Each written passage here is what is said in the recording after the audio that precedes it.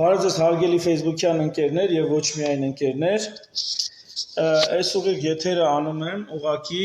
հարցերին պատասխանելու համար։ Եթե հարցեր ունեք, գրեք խնդրում եմ։ Մի քիչ ազատ ժամանակ ունեմ եւ կարծում եմ արժի որ շփվենք, արժի որ երկու հարց քննարկենք, այն ինչ ձեզ մտահոգում է, այն ինչ ձեզ անհանգստացնում է, մի խոսքով, խնդրեմ, եթե հարցեր ունեք, գրեք ժողովուրդ ջան։ Կորոնավիրուսի հետ կապված երկու բառով ասեմ, որ անկախ նրանից ինչպիսի թվեր են հայտարարում, հիվանդանոցներում բեռնվածությունը այլևս չի ավերանում, ավելին որոշ կենտրոններում նկատվում է բեռնվածության թեթևացում։ Ճիշտ ասած չեմ հասցնում հետևեմ պարետատան նիստերից հետո ճեպազրույցին, չեմ հասցնում առողջապահության, չեղած նախարարության բոլոր հայտարարություններն ու մամլո ասուլիսները ուրեմն ուշով հետևել, բայց եթե հարցեր ունեք տվեք, ես որքանով որ իմ ներքին հնարավորություններով եւ կապերով կարողացել եմ ճշտել, որևիցե վիճակի ծանրացում չկա, ավելին որոշ հիվանդանոցներում կա նույնիսկ հիվանդների քանակի թեթևացում, որոշակի առումով ծանրաբեռնվածության պակասում, իջեցում եւ որոշակի առումով այլևս այն շտապողականությունը դուրս գրման, որքան որ ես եմ տեղյակ, ուրեմն առաջվա պես չէ։ Մի խոսքով, այս հարց չունեք, բարև ձեզ, ընդհանրապես հարց չունեք, ժողովուրդ ջան։ Դե լավ, հարց չունեք, ինչու սափրված չեք, բժիշկ ջան։ Ուրեմն իմ տեսքը ընդհանրապես շատ անխնամ է, հաճախ լինում, դուք դա նկատած կլինեք, նախ ինձ այսպես հարմար է, ինձ հարմար է հանդես գամ այնպես, ինչպես առանց հատուկ պատրաստվելու ու շատ կարևոր եմ համարում, որ ընդհանրապես մենք սովորենք ձևը եւ բովանդակությունը իրարից տարբերել։ Մենք շատ ենք ընկած ձևականության հետևից, շատ ենք մեզ դզում, փչում, բայց ներսում դատարկ, անգրագետ, քիչ կարդացած, քիչ վերլուծով, ոչխարի պես հլու հնազանդ, դոկտոր ջան, ոնց ես ցավդ տանեմ։ Ես, այո, սափրված չեմ լինում, հաճախ մազերս քնանված չեն լինում եւ այլն, հենց դրա համար, որ դուք սովորեք, որ արտաքին տեսքը դա ոչ մի բան է, մարդը այդ ներսից է, մենք ներսից ենք, ինչ կանք չկանք։ Ահա թե ինչու ժամանակն է, որ դար գա, մի նոր դարաշրջան, պիտի գա եւ մենք կդադարենք լինել ձևական, ձևի հետևից գնացող, արտաքին գրավչությունը, հմայիչությունը բանատեղ դնող եւ ավելի շատ ուշադրություն կդարձնենք բովանդակությանը։ Կոպիտ ասած, հերիք չի, ինչքան պետքա դուք փուչ պոպոկ ջարդեք ու տեսնեք, որ մեջը դատարկ է, որպեսզի վերջապես հասկանաք, որ ավելի լավ է պոպոկը 100%-անոց մեջը լիքը, բայց առանց կճեպի, քան թե կճեպը սենց սիրուն բան, բայց մեջը փտած։ Իսկ 90% դեպքերում պոպոկը սիրուն այսպես դրսից կճեպը լավն է, բայց միջուկը լինում է փտած։ Մեր կյանքի լիքը ոլորտներում այդ ամեն ինչը կա։ Когда все это закончится, ես չգիտեմ, երբ այս ամեն ինչը կվերջանա, որովհետև տեսեք, օրինակ, այդ հարցը, որ գրիպը վերջացել է, ոչ, գրիպը եղել է լրջագույն համաճարակներ ու այդ բոլոր վիրուսները ժամանակի ընթացքում կամաց մեղմացել, պակասել նրանց վտանգավորության աստիճանը, նրանք մուտացիաների են ենթարկվել եւ մարդկության մեջ շրջանառում են։ Այս ամեն ինչը երբ կվերջանա, ինձ դժվար է ասել, որովհետեւ միգուցե եւ երբեք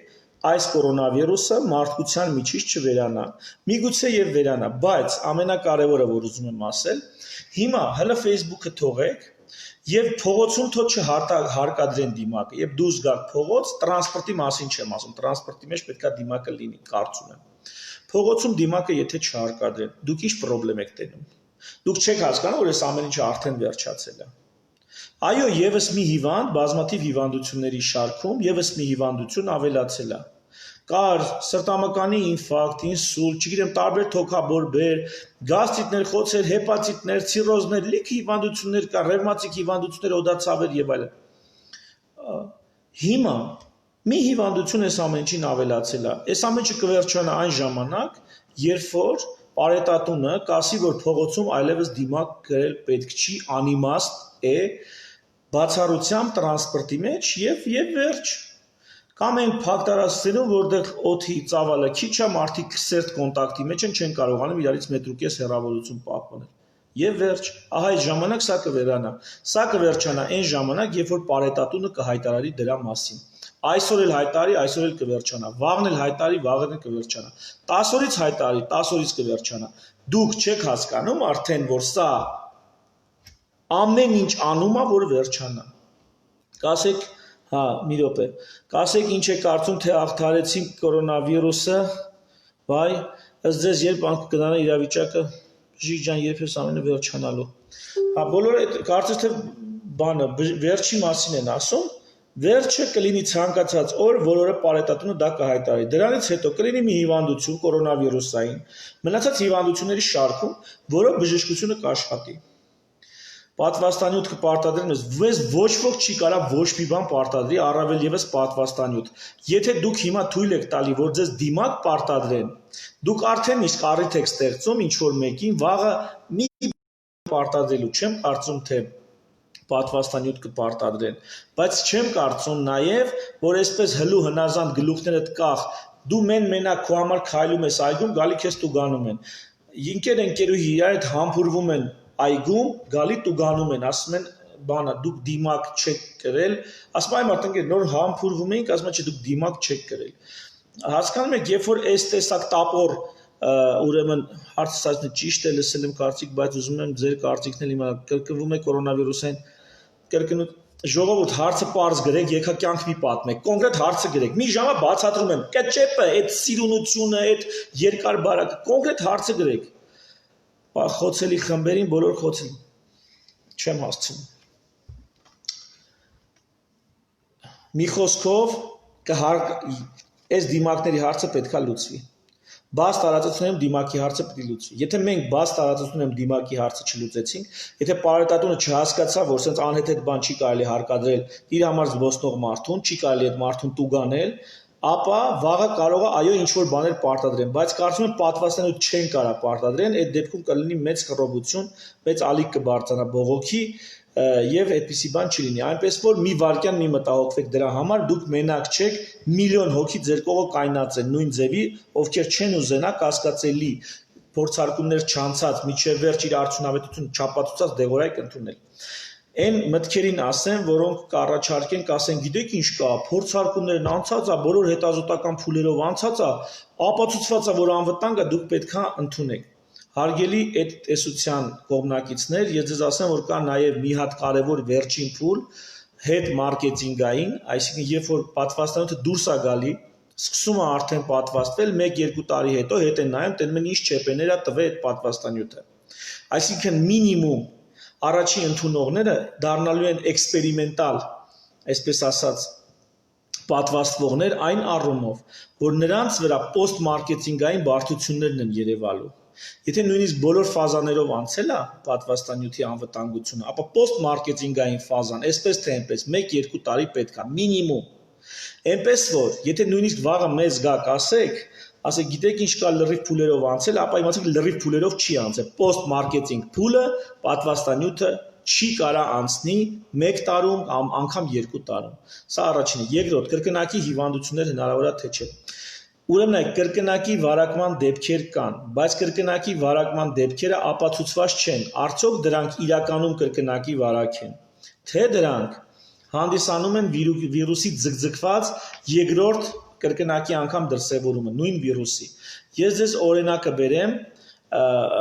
հելիկոբակտերի վրա, չնայած հելիկոբակտերը բակտերիա է, վիրուսի հետ կարծես թե համեմատել այդքան էլ ճիշտ չի, բայց հելիկոբակտերի պարագայում մենք մի տարվա ընթացքում 100%-ով թվում է թե ոչնչացրել ես, բայց մի տարվա ընթացքում լինում է կրկնություն։ Առաջ կարծում էին, որ այդ կրկնությունը կրկնակի վարակ է, հա, ստամոքսի այդ բակտերիայի կրկնակի վարակի պատճառով է կրկնությունը։ Հետո տեսան, որ բոլոր կրկնվող դեպքերը լինում են հիմնականում 1 տարվա մեջ։ Այսինքն, եթե 1 տարվա մեջ է լինում, օրինակ հելիկոբակտերիա, նշանակա դա ոչ թե կրկնակի վարակ է, որտեղ կրկնակի վարակը կլինի նաև 2 տարում, 3 տարում, 4 տարի հետո։ Բայց եթե մի տարվա մեջ այլ նշանակում բակտերիան քննում է, հետո զարթնում է մի տարվա ընթացքում։ Կոպիտ ասած, էլի ժողովրդական լեզվով, հասկանալի լեզվով ասած։ Հիմա վիրուսի պարագայում վիրուսը կարա այո ձգձգվի։ Ես չեմ կարա մանրամասն ասեմ ինչ մեխանիզմով, բայց կարա ձգձգվի եւ երկրորդ այդ վարակի դրսևորումը կարա լինի նրա երկրորդ ակտիվացումը։ Ինչ մեխանիզմով չեմ կարա ասեմ, բայց այս պահի դրությամբ ժամանակ է պետք, որպեսզի հասկանան, եթե այս երկրորդ վարակը լինում է հիմնականում 1 ամսվա կամ 1 ամիս ու կեսվա, 2 ամսվա ընթացքում, կարելի է ենթադրել, որ վիրուսի կրկնակի ակտիվացում է գնում, նույն վիրուսի, նույն վարակվածության։ Եթե դա եղավ տարբեր ժամկետներում, ասենք մի տարի հետո էլ նույն մարդը, որ վարակվել է, նորից նույն շտամով վարակվեց, ոչ թե մուտացված, այլ նույն շտամով։ Ուրեմն բանը որոշ դեպքերում իմունիտետը չի ձգում, իրենը չի կարողանում ասել, բայց բոլոր դեպքերում, ինչ ես ասել եմ իմունիզացված բարիերի համար, դա այլ ավելի ակտուալ է, եթե իմունիտետը կարճատև է կամ կրկնակի վարակի դեպքերը լինում են։ Ինչով է ակտուալ, դա իմ առանձին դասախոսությունն է, դրա մասին կասեմ։ Ընդհանրապես, երբ ես առաջ եմ քաշել իմունիզացված բարիերը որպես հիմնական արմատական լուծում այս խնդրին, ասենց ասած, այդ թեզը, այդ գործիքը, այդ լուծումը, ես առաջ քաշելուց առաջ հաշվի եմ առել բոլոր հնարավոր այլընտրանքները։ Բոլոր հնարավոր այլընտրանքները հաշվի առնելուց հետո եկել եմ իմունիզացված բարիերին։ Հիմա մանրամասները չեմ ասում, որտեղ ժամանակի մեջ այդ ամեն ինչը իրան լինելու է, դուք ուզեք չուզեք գնալու եք այն ուղով, որը ճիշտն է։ Այլ բան, որ ճիշտ ուղով կարող ես կամավոր գնալ, մտածված, քիչ էներգա ծախսով եւ կարող ես մեծ ծախսերով, անիմաստ չարչարանքներով ճիշտ ուղով է գնալու։ Շուտ կվարակվենք։ Եթե չդնենք շուտ կվարակվենք։ Ուրեմն տեսեք, դիստանցիան, ֆիզիկական հեռավորությունը 1-1.5 մետր, 2 մետր, դա շատ արդյունավետ միջոց է, որպեսզի վարակը չփոխանցվի։ Դիստանցիայից բացի իրար հետ քիչ շփումներ։ Եթե կարող ես 2 բառով այդ մարդու հետ շփվելու դուրս գալ, պետք չի 5 բառ կյանքդ պատմի, ոնց է ինչ կա, կարճ կոնկրետ։ Եթե դուք կարաք քիչ շփվեք եւ կարաք հեռավորության վրա իրար հետ շփվեք, առանձնակի խնդիր չկա։ Դիմակի անհրաժեշտությունը առաջանում է այն ժամանակ, երբ որ դուք պիտի իր քիթ ու բերան մտնեք ու պիտի երկար բարակ ձեր կյանքը պատմեք, մի 20 րոպե, կես ժամ նստեք գալաջի անեք։ Այս դեպքում այո դիմակի կարիք է զգացվում։ Բայց փորձը ցույց է տալիս, որ հիմնականում մարդիկ իրար հետ երկար շփվելուց, գալաջի անելուց կամ քիթ ու բերան մտնելուց դիմակ չեն օգտագործում։ Դա անում են իրանց տներում, իրանց, չգիտեմ, ռեստորաններում, այդ մարդը կաֆեներում, այդ բանը մարդիկ, ովքեր հիմնականում պետք է իրար քիթ ու բերան մտնեն, այգիներում չեն անում, փողոցում չեն անում։ Այնպես որ այսպես թե այնպես փողոցում դիմակ կրելը իմ կարծիքով այնքան էլ ուրեմն խելամիտ որոշում չէ պարետատան կողմից։ Այնտեղ լիքը հարցեր կա, բայց չեմ կարդացել։ Բժիշկ կան ուր շուտ վերջանալ, էլի 20 կյանք պատմել։ Բարև ձեզ, դուք որտեղ եք աշխատում, որ հիվանդանոցում։ Երեխեք, նայեք, ես չեմ ասում ոչ իմ հեռախոսը համարը, ոչ այն թե ես որտեղ եմ աշխատում։ Եթե ձեզ շատ է պետք, մի հատ Google արեք, վրաս կգտնեք։ Կամ եթե չգտնեք, մի երկու օգուց հարցրեք, ձեզ կասեն ես որտեղ եմ աշխատում։ Բայց ինձ հաճախ են մեղադրում, որ ես իբր թե այս հանրային ակտիվությունը այս կոնսուլտացիաները, այս ստատուսները, այս բլոգերական ակտիվությունը ես դրսևորում եմ յանի թե ռեկլամը լնելու համար։ Հասկանում եք։ Եթե ես ռեկլամը լնելու հարց ունենայի, լուրջ եմ ասում, ես շահուրատ ուրիշ շատ ավելի խորամանկ ձևեր գիտեմ ռեկլամը լնելու։ Բայց ես չեմ ուզում, որ դուք ինձ որպես բժիշկ, ձեր անձնական բժիշկ գտնեք, ճանաչեք, իմանաք։ Ուզենաք գտնեք, դա դժվար բան չի։ Բայց ես չեմ ուզում ձեզ հրավիրեմ, կանչեմ, ասեմ, եկեք, գիտեք, ես ձեր բժիշկն եմ, եկեք դուք էլ դառեք իմ հիվանդը։ Շատ եք ուզում դուք գտնեք։ Ես էսի գովազդի համար չեմ անում։ Ահա թե ինչու այսքան ժամանակ միշտ նկատած կլնեք, որ ոչ մի ձև ես չեմ ուզում ինձ ներկայացնել որպես գաստրոէնտերոլոգ։ Այսինքն այն ամեն ինչը իմ հացն է, իմ վաստակն է, ես աշխատում եմ դրանից մաքսիմալ ինձ հեռու պահեմ, երբ որ ես շփվում եմ հանրության հետ, ինձ հարգողների հետ, ձեր հետ։ Ձեր կարծիքով երբ ասում են, որ ինչ-որ քանակի թեստ են արել, դրա պատճառով նա քիչ դեպքն է հայտնվում, դա հակասում է։ Ժողովուրդ, թեստերի քանակը ոչինչ չեն նշանակում։ Հերիք եղավ այդ թվերի հետևից ծնենք։ Այդ թեստերի քանակը ցուցումներով ինչ որ ու մեծ մասն էլ կրկնակի ստուգումներն են, մեծ մասն էլ են հիվանդների ստուգումներն են, որոնք օրինակ ընդունվում են հիվանդանոց ռեանիմացիոն բաժանում, կապ չունի կորոնավիրուսային հիվանդանոցա թե չէ։ Նորից կորոնավիրուսային տեստ անում։ Լիքը դեպքերում տեստ են անում, դրանից վազն անցեք, պետք չի դրանով հետաքրքրվել։ Դիմակի հարցով բժիշկները նույնպես պիտի Նոր կորոնավիրուսը վարակը երկրորդ անգամ վարակվի։ Հնարավոր է կորոնավիրուսային հիվանդը երկրորդ անգամ վարակվի, բայց այդ դեպքերը այնքան քիչ են, որ դա օրինաչափություն չէ։ Դեպքերի ծանրակշիռ մեծամասնությունում մարդիկ երկրորդ անգամ չեն վարակվում։ Ինչ որ մեկը գրել է ինքը ստամոքսային խնդիրներ ունի, ստամոքսային խնդիրներ ունեք, դիմեք գաստրոենտերոլոգի, ձեր ընտանեկան բժշկի, եթե նա չկարողանա ձեր հարցերը լուծի, կդիմեք ինքը կուղարկի ինձ մոտ կամ մեկ ուրիշ գաստրոենտերոլոգի մոտ։ Հիմա պատվաստանյութը, որը փորձարկում են, իրենք դա քրոնիկ հիվանդություն ունեցողների վրա չեն փորձարկում։ Ոչ, պատվաստանյութը սկզբում փորձարկում են, ուրեմն փոքր թվով կամավորների վրա, այսպես միանգամից ասեմ, հա սկզբում կենդանիների վրա է, փոքր թվով կամավորների վրա։ Սկզբնական շրջանում փորձում են դա անվտանգ է թե չէ։ Եթե անվտանգ է, հետո ապացուցում են դա արդյունավետ է թե չէ։ Եթե դա արդյունավետ է, սկսում են ավելի մեծ թվով մարդկանց վրա որոշել անվտանգ է եւ արդյունավետ է արդյոք։ Սրանք կամավորներ են, պրակտիկ առողջ մարդիկ են։ Հետո նոր այս կամավորների պրակտիկ առողջ մարդկանցից հետո միգուցե նաև կիրառեն, միգուցե չէ, անպայման կիրառելու ստուգելու են նաև կամավոր հիվանդների վրա, այսինքն խնդիրներ կա, բայց սա այնքան բարդ, այնքան բազմափուլ ու ժամանակատար process է, որ նու գրեթե անհնար է հասկանում ես, որ ես են շփթփ շատ արագ կարող է կարծես, որովհետև հազարավոր պացիենտներ են պետք օրինակ սրտային անբավարարությամբ, հազարավոր պացիենտներ են պետք շաքարային դիաբետով, հազարավոր պացիենտներ են պետք, որոնց վրա այդ արդյունավետությունը ապացուցվի, անվտանգությունը ապացուցվի, եւ եթե նույնիսկ այդ ամեն ինչը ապացուցվի, հաջորդ քայլն է գալու։ 1 տարի հետո ինչ հետևանքներ է դա թողում։ Հասկանում եք, 2 տարի հետո ինչ հետևանքներ է դա թողում։ Երիտասարդների մոտ ինչ հետևանքներ է դա թողում։ Հասկանում եք, դա լիքը հարցեր կան, էլի, որոնք երեխաների մոտ դա ինչ հետևանքներ է թողում։ Այնքան հարցեր կան, որ այդ բոլոր հարցերին ոչ ոք չի կարող մի տարում պատասխանի։ 1000 հոգի հետազոտ են։ Այդ որ ասում են 200 հոգի հետազոտում են, որից 20-ը հնարավորություն ունեն դառնալու տեխնացու, իրականում դա ինչ է նշանակում։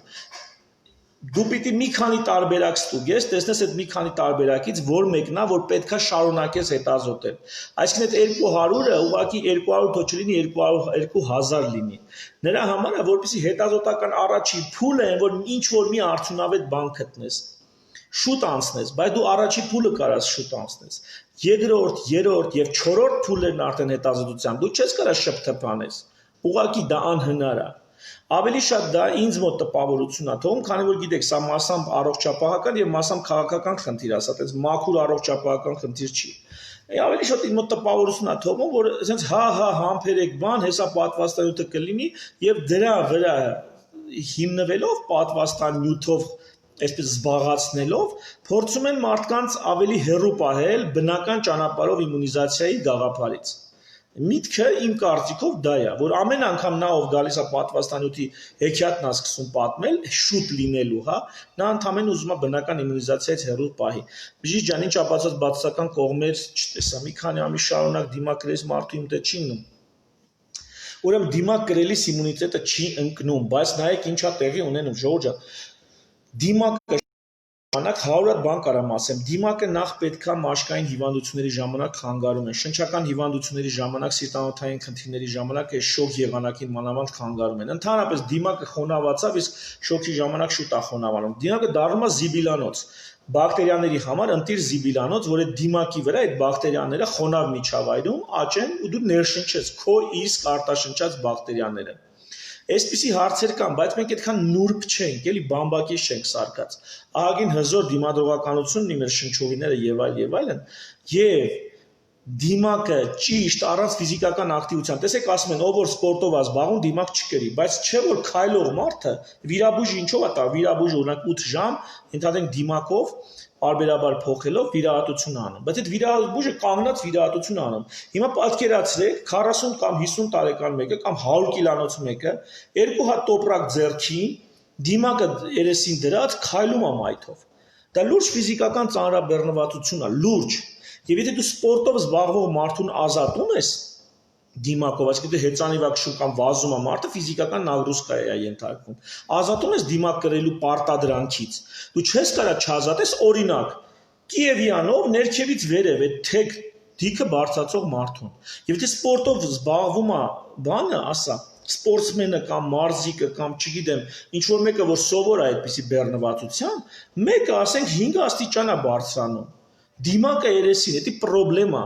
Դրա համար ցանկացած բժշկական միջամտություն երկու հիմնական այդ ապացուցողական բժշկություն ասածը երկու պահանջ է դնում, ասում են նախապատուցի որ արդյունավետ է, հետո ինձ ասա տենամետի ինչ կողմնակի էֆեկտներ ունի, նոր վերջում դու կարաս գնաս ու մարդկանց պարտադրես։ Ես առավոտից իրիկում որ ասում եմ դիմակը ապացուցված չի նրա արդյունավետությունը, ապացուցված չի արդյունավետությունը, ժողովուրդս ոնց եք հարկադրում առանց ապացույց ունենալու, ես որպես բժիշկ եմ նայում հարցին։ Որովհետև ոչ արդյունավետությունն է ապացուցված, ոչ էլ ապացուցված թե նա ինչ կողմնակի էֆեկտներ կարող ունենա ու ում մոտ ինչպիսի կողմնակի էֆեկտներ։ Իսկ այսպիսի անորոշություններով, այսպիսի բաց հարցերով միջամտություն is դիմակ հարկադրել դա միջամտությունը։ Դա անթույլատրելի է մարդուն։ Հասկանում ես։ Փաստացի դու էքսպերիմենտ ես անում մարդու վրա։ Տեսեք ինչ եղավ,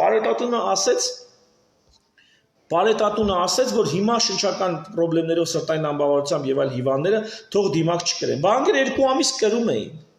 2 ամիս դու ես ինչ գալաթ ես արել, ով է դրա համար պատասխան տալու։ Հիմա կանը սրտային անբավարարությամբ հիվանդը որ հիվանդանոց հանգի։ Գնա դատի տա, ասի դուք եք ձեր պատճառով ես վատացել եմ հիվանդանոց եմ, այսքան վնաս։ Աշխարհում լներ մի հատ նորմալ երկրում լներ, Ամերիկա լներ, հանգիստ դատի էին տվել, հանգիստ։ Դատի էին տվել ու լուրջ փողեր էին ստացել, պետությունից նրա համար, այդ պարետատնից նրա համար, որ իրան հարկադրել են դիմակ դնել 2 ամիս, հետո վերջում որոշել են փոշմանել են, ասում են չէ, լավ, մի դիր։ Ու գիտեք ոնց է, այնտեղ բանը որոշման մեջ վերջում ասում են, որոշումը ուժի մեջ է մտնում է ամսի 8-ի 23-ից 59-ից։ Կներեք, բայց չուրչիներ ջան, նման որոշումը հրապարակման պահից է ուժի մեջ մտնում, հրապարակման պահից։ Դու գտնում ես, որ դա առողջական խնդրեմ կար առաջացնի, որ պահին դու գտար, որ դա առողջական խնդրեմ կար առաջացնի, այդ պահին քո որոշումը պետք է դառնա ուժի մեջ մտնող։ Որովհետև երբ որ դու այդ օրն ես թողում, այդ օրն ես տուգանում մարդկանց, այդ օրն ես հարկադրում, ստացվում է դու գիտեիր առավոտը, որ այդ մարդը կարա սրտային անբավարարությամբ հիվանդը դիմակ կրի ու ինքը վատանա, ընկնի հիվանդանոց ընդհանուր միջև մեռնի, բայց դու ասում ես, չէ, գիտես ինչ կա, սպասի կգա 11-ից 59-ը նոր այդ որոշումը ուժի մեջ կմտնի։ Ասա լուրջ բաներ է, հասկանաս, որ բանգա բութուլկեքը ոչ հասկանում է, ոչ էլ կարան հասկանան։ Սրանք չեն ջոգում, սրանք ուրիշ տեղ է, հասկանում ես։ Սրանք հիվանդի հետ չէ, հիվանդը սրանք որ ծիրուն բառա կամ գեշ բառա։ Հասկանում եք, բայց ըստ էության սա ինչ մասշտաբի խնդիրներ է, ինչքան ծալքեր ունի, այդ ամեն ծալքի մեջ ինչ խնդիրներ է թաղված, ինչ խնդիրներ կարան լինեն, այդ ամեն ինչ ընդհանրապես ուշադրություն չի դարձված։ Վերջին բոլշևիկը շատ լավ էր գրված, իսկ հիմա նույն կերպ եք մտածում, իհարկե, հիմա ես ոչ միայն ես եմ այդպես մտածում, այլև շատ-շատերն են մտածում։ Ուղղակի հիշեք, որ վերջին բոլշևիկը գրված է 18 թվականի Սերժի հրաժարականի, Սերժ Սարգսյանի հրաժարականի հաջորդ օրն է գրված վերջի բոլշևիկը։ Այո, ես նույնությամբ եմ մտածում եւ դժվար թե այս աշխարհում լինի մի բան, որ ինձ հակառակը համոզի։ Մենակ թթվածին ենք շնչում, կներեք, բայց գիտեք արդյոք, որ դուք շատ նման եք Ռոբինզոնին։ Հա, չգիտեմ, միգուցե Ռոբինզոնին եմ նման, միգուցե չգիտեմ, Չիբուրաշկային եմ նման, միգուցե Ալեն Դելոնին եմ նման, չգիտեմ։ Միգուցե, դա ինչ է փոխում։ Նոր ես խոսում էի, որ կճեպը դա ոչ մի բան է, կարևորը միջուկն է։ Ձևը թե դա ինչի է նման, դա ոչ մի բան է, էականը բովանդակությունն է, հասկանում եք։ Այս երկիրը պրոբլեմի մեջ է, հանրությունը պրոբլեմի մեջ է, որտեղ ձևի հետևից ընկած, անգրագետ, իրեք տող կարդացած չկար, այսքան ժամերը սենց բանի կողմնացույցի պես ձեռները դրած բան են, նկարվում են, խոսում են, հարցազրույց են տալի։ Արա հեռախոսի դարա, անգեր ջան, հեռախոսի դարա, դու ժամ չկա հեռախոսիդ վրա, այսքան անտերը կապել ես ձեռիդ, որ հասկանում ես, լիքը մարդիկ դանում են, բայց էդի կճեպն է, ու մենք ընկել ենք կճեպի հետևից, բաց թողնելով բովանդակությունը։ Ու դրա համար էլ տուժում ենք։ Դրա համար մեր երջանկությունն էլ է ձևական, համերն են ձևական, կայֆերն են ձևական, ամեն ինչ ձևական է։ Դրա համար դժբախտ ենք, այսինքն այսքան ձևականի մեջ բովանդակությունը մնում է բորբսնած փուչ։ Բժիշկ ջան, որ կարող եք դրսում դիմակ չկրել այսօր առավոտյան չելիս լավ է, անցանք չեմ հասցնում կարդամ։ Արսեն Թուրանազանց երեշտավոր Աստված չանի պատասխանումից հետո եթե առողջության, ուրեմն ոչ ոքի անձնական երաշխիքը բժշկական կատեգորիա չի։ Անձնական երաշխիք, տենց կարող է իրավաբանության մեջ տենց բան կա, մարդիկ ընդեղ իրար հետ պայման են կապում, բայց ոչ մի մարդ անձնական երաշխիք չի կարա տա որևիցե բժշկական միջամտության համար։ Այդ ամեն ինչի մոտ կան ցուցումներ, հակացություններ, կողմնակի էֆեկտներ։ Միջամտություն անողը բժիշկը պացիենտին կամ հանրությանը ներկայացնում է ցուցումները, հակացությունները եւ կողմնակի էֆեկտները։ Հանրությունը տալիս է իր համաձայնությունը ենթարկվելու այդ ամենին եւ նոր հանրության վրա հարկադրանքով կամ չգիտեմ խաթրով այդ ամեն ինչը անում է։ Եթե այդ համաձայնությունը չի տվել, ուրեմն այդ բանը չի կարելի անել։ Եթե դիմակի ցուցումներ, հակացություններ, կողմնակի էֆեկտներ, դու չես ներկայացրել հանրությանը, դու չես կարա մարդկանց հարկադրես չես կարա, դա կոնցեպցիա է, դա առողջապահական, բժշկական կարևոր բան է։ Հիշում եք ցորենի հարստացումը, որ ուզում էին իրականացնել։ Եղավ հանրային շարժում, եղավ բողոք, եղավ հակափաստարկներ եւ այլն, վերջը դա չիրականացվեց։ Ինչու՞։ Որտեղ մարդիկ չեն ուզում այ ընկեր։ Դու չես կարա զորով մեկի կյանքը կոպիտ ասեն։ Չես կարա։ Եթե դու ասում ես, որ ինձ հարկադրելով ուրիշի կյանքն ես փրկում, այդ դեպքում հարց առաջանում։ Դու ապացուցի, որ ինձ հարկադրելով ուրիշի կյանքն ես փրկում, բայց դու այդպիսի ապացույցներ չունես։ Իսկ ես ունեմ ապացույցներ, որ դու ինձ հարկադրելով ուրիշի կյանքը չես փրկում։ Ես այդ ապացույցներն ունեմ։ Լիքը, հասկանում ես։ Ու մի խնդրեմ էլ կա, որ աշխարհում այսինչ երկրում sense են անում, այնինչ երկրում sense են անում։ Ժողովուրդ ջան, էլի ասում, սա ոչ միայն բժշկական, այլ նաև քաղաքական հարց է։ Եվ այո, աշխարհի շատ երկրներում կարող են գլուխները պատով տալ։ Ու կրկնեմ, եթե ամբողջ աշխարհը գլուխը պատով է տալի, պարտադիր չի, որ մենք լինենք առաջի շարքերում։ Թեև մի հատ մեր առողջապահության չեղած նախարարության ղեկավարը Արսեն Թորոսյանը մի հատ բան էր ասեց, այս վերջերս ասում է, այս վերջի ասուլիսի ժամանակ այսպիսի մի արտահայտություն արեց, ուշադրություն եմ ուզում հրավիրել այս արտահայտության վրա։ Ասեց կորոնավիրուսը ոչ Հայաստանում է ծագել, ոչ էլ ունենալու է հայաստանյան կամ հայկական լուծում։ Ու մի հատ կրկնեց, եկեք հատուկ ֆիքսենք այս պահը, որ չի ունենալու հայկական լուծում։ Տիպը մենք այնքան դեգեներատ ենք, որ մենք չենք կարա աշխարհին մեր լուծումը առաջ հաշենք։ Տիպը մենք այնքան ունիվերսալ ենք, սաղի նման ենք, ոչինչով չենք տարբերվում աշխարհից, որ ոչ աշխարհը կորոշի, լուծումը կգտնի, այնց էլ մենք պետք է անենք։ Թեև ես կարծում եմ, որ մեր առողջապահությունը եթե լիներ այդպիսին, ու ունենար ղեկավար, ինքը ճիշտ հակառակը պետք է ասել, տեսեք լսի կան հայկական առանձնահատկություններ, կան հայաստանյան առանձնահատկություններ, եւ հայաստանյան առանձնահատկություններից ելնելով մենք ունենալու ենք ահա այս լուծումը։ Բայց մեր առողջապահության չեղած նախարարության ղեկավարը ասում եկեք ֆիքսենք, որ այս խնդիրը չի ունենալու հայկական լուծում, հայաստանյան լուծում։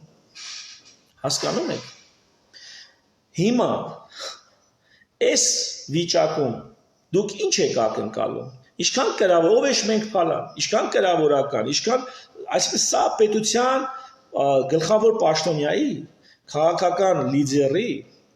ու ոլորտի, հա, քաղաքականությամբ ինքնազբաղվում, լիդերի խոսքը կամ մտածելակերպը, հասկանում եք, այս մարդը վստահ որ ինքը ղեկավարում է դեգեներատների մի հատ հավաքածու, որը չի կարող ունենալ իր սեփական լուծումը։ Ու այնպես չի, որ աշխարհում քթել են ունիվերսալ լուծում։ Բոլորն ունեն խնդրեմ, բոլորը չգիտեն ոնց է լուծվում այս հարցը։ Եվ միգուցե այո, հայաստանյան գիտնականները, բժիշկները, մասնագետները հավաքվեն խելքի տան որ առաջարկեն լուծում։ Հասկանում եք։ Բայց ինքը իր ոչ բժիշկ փոխնախարարներով կամ բժիշկ, բայց ոչ հիվանդ բուժած, հիվանդի երես չտեսած, հիվանդի քաքը չքաշած, ցավը չքաշած, քաքը չթափած փոխնախարարներով հավաքվում է եւ ասում է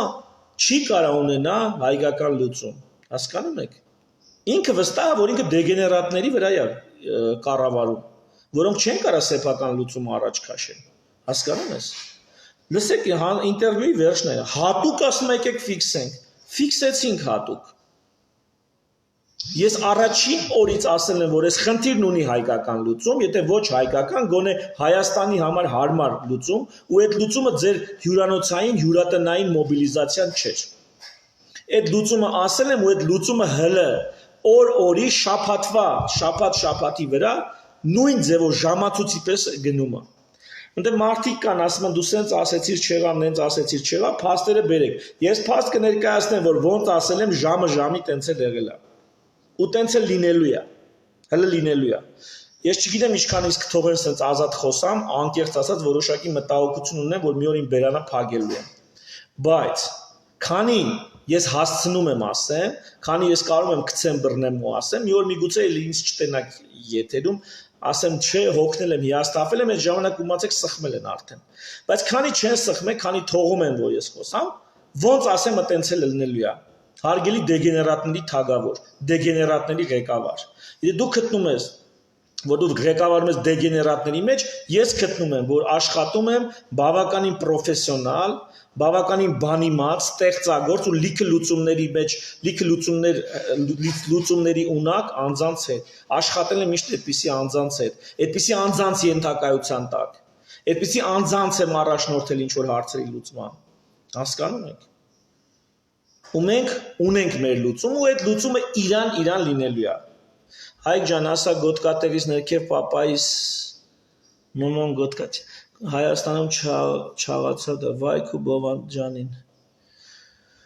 Աստված չլինի քանի որ եթե լինի աշնանը ահա որ կլինի աշնան մասին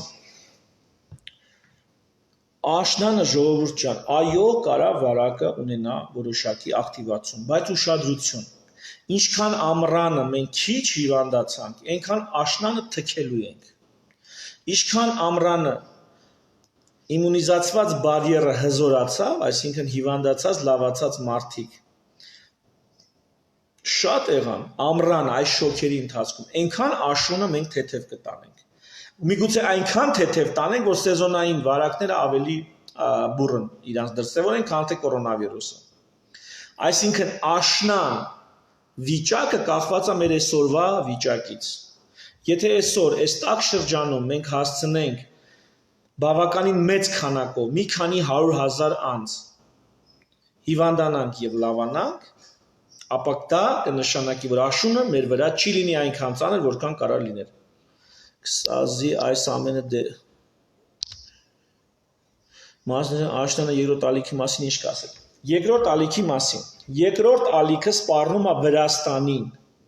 Այն որ հիմա թիթիզանում է, որ իր մոտ ոչ մի խնդրեմ չկա, այ Վրաստան ունենալու է երկրորդ ալիք։ Այսինքն բոլոր այն ժողովուրդները, որոնք չեն իմունիզացվել, նրանց մոտ լինելու է երկրորդ ալիք։ Սենց թե նենց սեզոնայնություն ունեն ռեսպիրատոր ինֆեկցիաները, այսինքն աշնանը, ձմռանը մի քիչ ակտիվանում են։ Բայց դա երկրորդ ալիքը չի, դրա մասին չեմ խոսում։ Երկրորդ ալիքը դա այն է, երբ որ դու փակել ես, վարակակիրներ չունես, վարակված եւ լավացած անձինք չունես եւ հետո մի օր մեկը նորից գա, որովհետեւ համաճարակը մի հոգուց սկսես, չէ՞։ Համաճարակը սկսում է մի հոգուց։ Վրաստանը հիմա բացել է իր սահմանները, չգիտեմ, 5 եվրոպական պետության դեմ։ Այդ 5 եվրոպական պետությունից կարան գան մարդիկ, որոնք բերեն վիրուս։ Ու մեկ էլ բում կլինի նորից բռնկում։ Ինչքան կարած դու նորից փակվես, նորից բացվես։ Հույսը պատվաստանյութն է, որը ասեցի, ունի առանձին խնդիրներ, խնդրահարույց է, շուտ լինելը պատվաստանյութի։ Շատ խնդիրների մեջ է, շատ խնդիրներ առաջ բերելու, շուտ լինելը։ Անտես լավատեսորեն չես կարա դու ասես, դու դիմակների վրա չկարացար ապացուցել, որ արդյունավետ է, դու դիմակների վրա այսքան ամիս է չես ապացուցել, որ արդյունավետ է։ Դիմակների պաբոշնի էֆեկտները, կողմնակի էֆեկտները դու հələ չես վերջացրել։ Դու ո՞նց ես ասում պատվաստանյութը հալած յուղի տեղ կարելի է ընդունել։ Շուտ լինող պատվաստանյութը 2-3 տարի հետո ուրիշ հարց։ Չնայած 2-3 տարիներ բավականին քիչ ժամանակահատված է լիարժեքորեն վստահելի անվտանգ պատվաստանյութի համար։ Երկրորդ ալիքը դա լինելու է ոչ թե մեզ մոտ երկրորդ ալիքի վտանգ չկա, որտեղ մենք մտել ենք իմունիզացված բարիեր ձևավորելու ռազմավարության մեջ, եւ այնպես որ մեզ մոտ դա չի սպառնում մեզ։ Հեսա, բայց հետո վախտը որ կա, չասեք, սեզոնային ակտիվացումը դա ուրիշ բան է։ Ուշադիր, սեզոնային ակտիվացումը ուրիշ բան է, երկրորդ ալիքն ուրիշ բան է։ Իսկ միգուցե ձեռք չի տալիս տեղային լուծումը։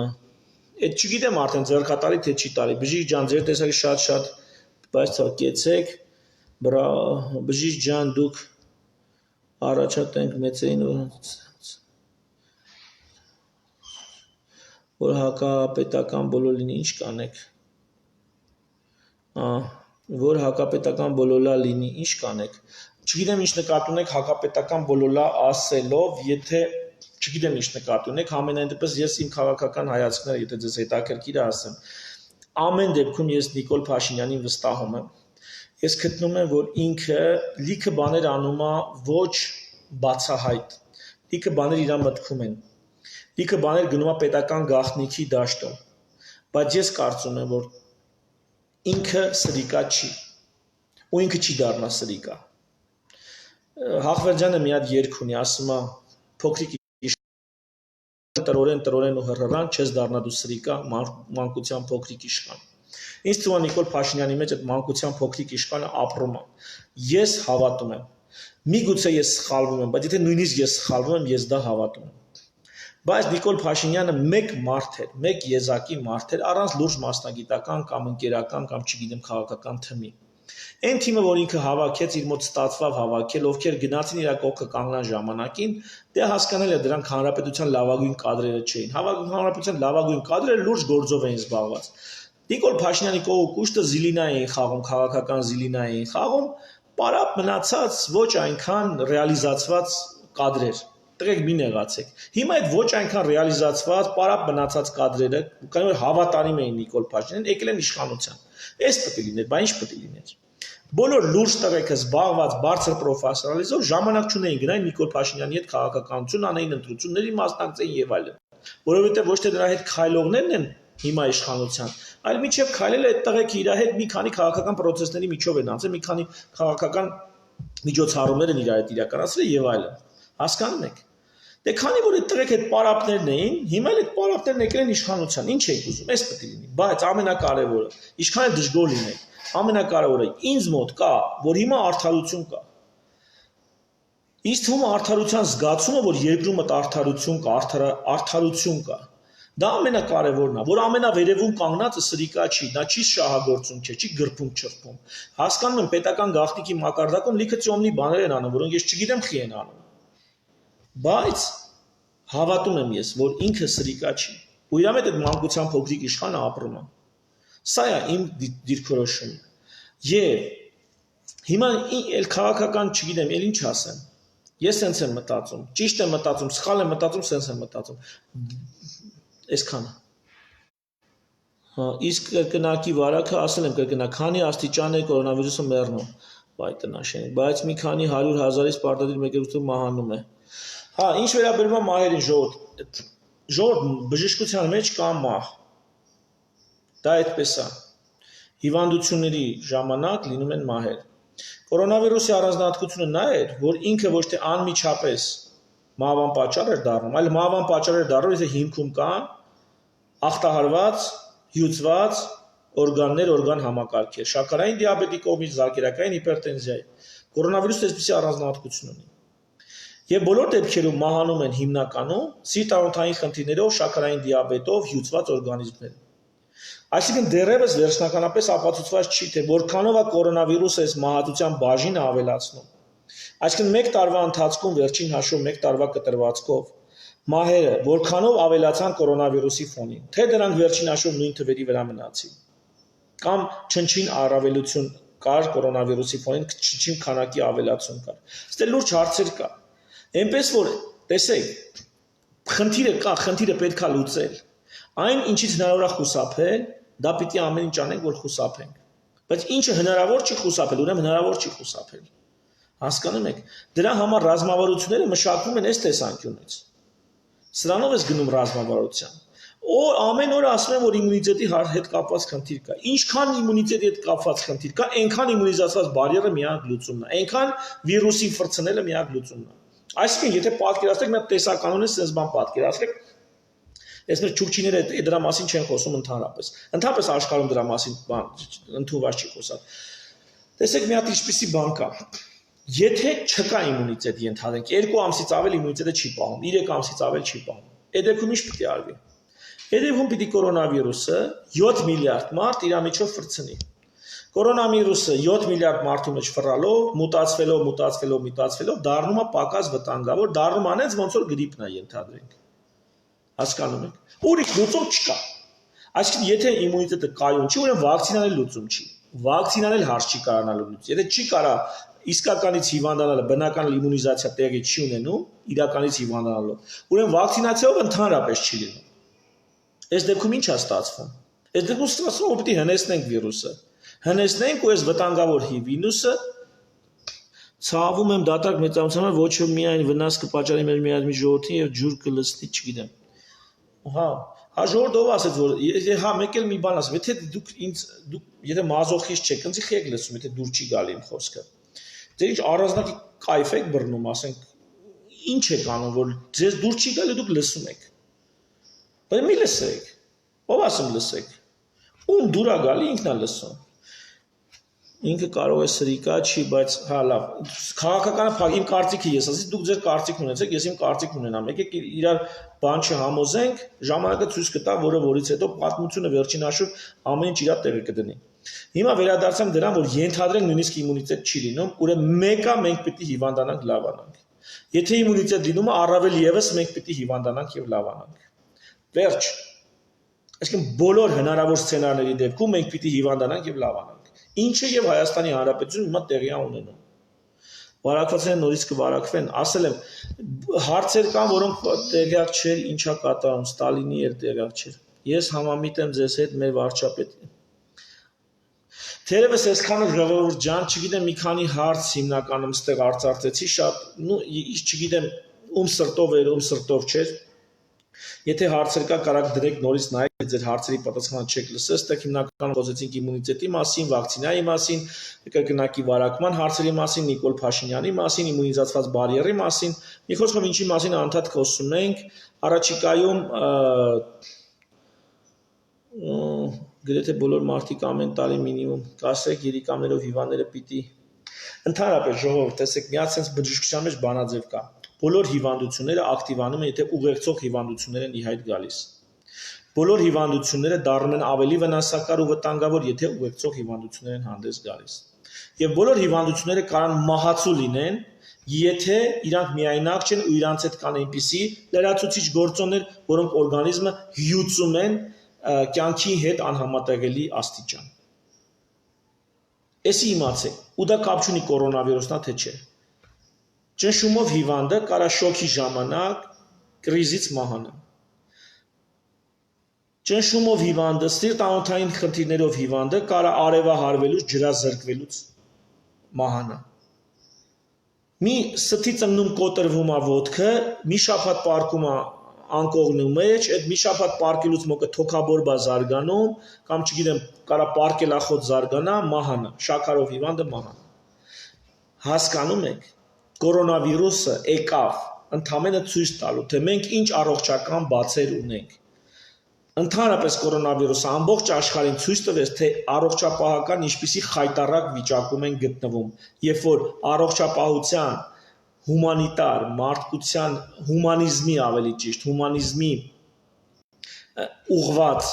մասնագիտությունը ոնց է դառել բիզնես կանտորա, հասկանում եք, լիքը երկրներում, կապիտալիզմի լոգիկայից ելնելով։ Կորոնավիրուսը եկավ դա ցույց տալու ու ցույց տվեց։ Ու հիմա մարդիկ, որ վախտին գոռում գոչում էին, բժշկությունը դա բիզնես է, բժշկությունը բիզնես է, բժշկությունը բիզնես տարեր ունի, բայց բժշկությունը նախ եւ առաջ սոցիալական պրոյեկտ է։ Նախ եւ առաջ սոցիալական պրոյեկտ է։ Շնորհակալություն ուշադրության համար, ցտեսություն։